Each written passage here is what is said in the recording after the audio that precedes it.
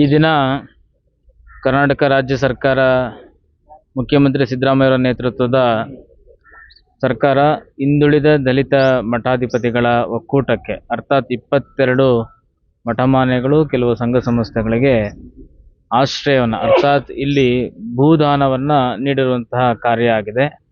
ಇದಕ್ಕೆ ಪ್ರೇರಣಾ ಶಕ್ತಿಯಾಗಿ ಕಾರಣೀಭೂತರಾಗಿ ಗಟ್ಟಿಯಾಗಿ ನಿಂತಂಥವರು ಈ ಕ್ಷೇತ್ರದ ಯಲಹಂಕ ಕ್ಷೇತ್ರದ ಶಾಸಕರಾಗಿರುವಂತಹ ವಿಶ್ವನಾಥ್ರವರು.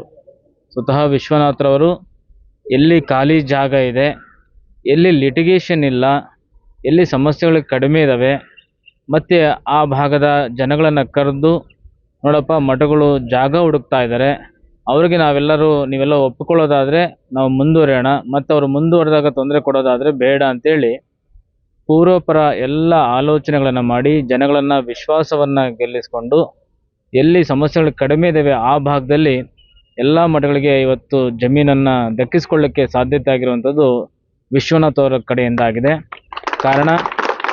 ಕಾರಣೀಭೂತರಾಗಿರುವಂತಹ ವಿಶ್ವನಾಥ್ರವರಿಗೆ ಕೃತಜ್ಞತೆಯನ್ನು ಸಲ್ಲಿಸುವಂಥದ್ದು ಬಹಳ ಮುಖ್ಯ.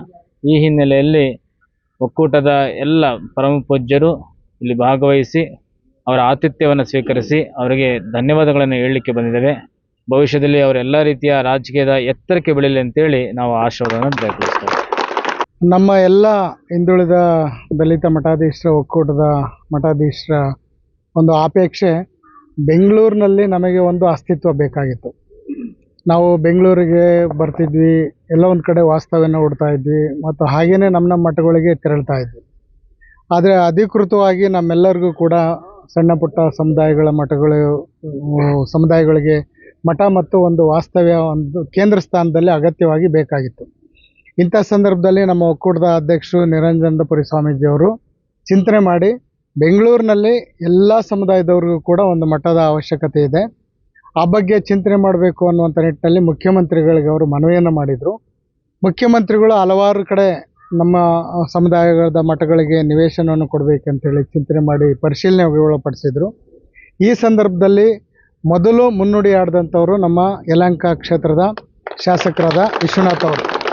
ಎಲ್ಲ ಮಠಾಧೀಶರು ನಮ್ಮ ಕ್ಷೇತ್ರಕ್ಕೆ ಬಂದರೆ ಅದು ನಮ್ಮ ಒಂದು ಈ ಭಾಗದ ಎಲ್ಲ ಸದ್ಭಕ್ತರಿಗೆ ಒಳ್ಳೆಯದಾಗುತ್ತೆ ಅನ್ನುವಂಥ ನಿಟ್ಟಿನಲ್ಲಿ ಚಿಂತನೆ ಮಾಡಿ, ಏನು ಬಸವ ಕಲ್ಯಾಣದಲ್ಲಿ ಹಲವಾರು ಮಠಗಳು ಅಲ್ಲಿ ಆಧಿಪತ್ಯವನ್ನು ಸ್ಥಾಪಿಸಿದ್ದಾವೆ. ಮಧ್ಯ ಕರ್ನಾಟಕದಲ್ಲಿ ಎಲ್ಲ ಸಮುದಾಯದ ಮಠಮಾನ್ಯಗಳು ಕೂಡ ಚಿತ್ರದುರ್ಗ ದಾವಣಗೆರೆಯಲ್ಲಿ ಇದ್ದಾವೆ. ಅದು ಬಿಟ್ಟರೆ ಯಲಹಂಕ ಕ್ಷೇತ್ರದಲ್ಲಿ ಮಾತ್ರ ಈಗ ಎಲ್ಲ ಸಮುದಾಯದ ಮಠಮಾನ್ಯಗಳು ಸ್ಥಾಪನೆಗೊಳ್ತಾ ಇದ್ದಾವೆ.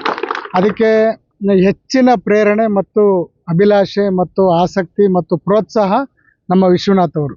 ಅವರ ಒಂದು ಪ್ರೋತ್ಸಾಹದ ಮೇರೆಗೆ ಮುಖ್ಯಮಂತ್ರಿ ಸಿದ್ದರಾಮಯ್ಯನವರು ಕೂಡ ನಮ್ಮೆಲ್ಲ ಶೋಷಿತ ಸಮುದಾಯದ ಮಠಗಳಿಗೆ ಬೆಂಗಳೂರಿನ ಕೇಂದ್ರ ಸ್ಥಾನದಲ್ಲಿ ಮಠಗಳನ್ನು ಸ್ಥಾಪನೆ ಮಾಡೋದಕ್ಕೆ ಒಂದು ಅನುವನ್ನು ಮಾಡಿಕೊಟ್ಟಿದ್ದಾರೆ. ಹಾಗಾಗಿ ಮುಖ್ಯಮಂತ್ರಿಗಳು ಮತ್ತು ಅವರ ಸಹೋದ್ಯೋಗಿ ಸಂಪುಟದ ಸಚಿವರಿಗೆ ಎಷ್ಟು ಅಭಿನಂದನೆಗಳನ್ನು ಹೇಳ್ತೀವಿ, ಅಷ್ಟೇ ಬೃಹತ್ ಪ್ರಮಾಣದ ಅಭಿನಂದನೆಯನ್ನು ನಮ್ಮ ವಿಶ್ವನಾಥ್ ಅವರಿಗೆ ನಮ್ಮೆಲ್ಲ ಮಠಾಧೀಶರು ಕೂಡ ಅಭಿನಂದನೆಗಳನ್ನು ಸಲ್ಲಿಸ್ತಿದ್ವಿ.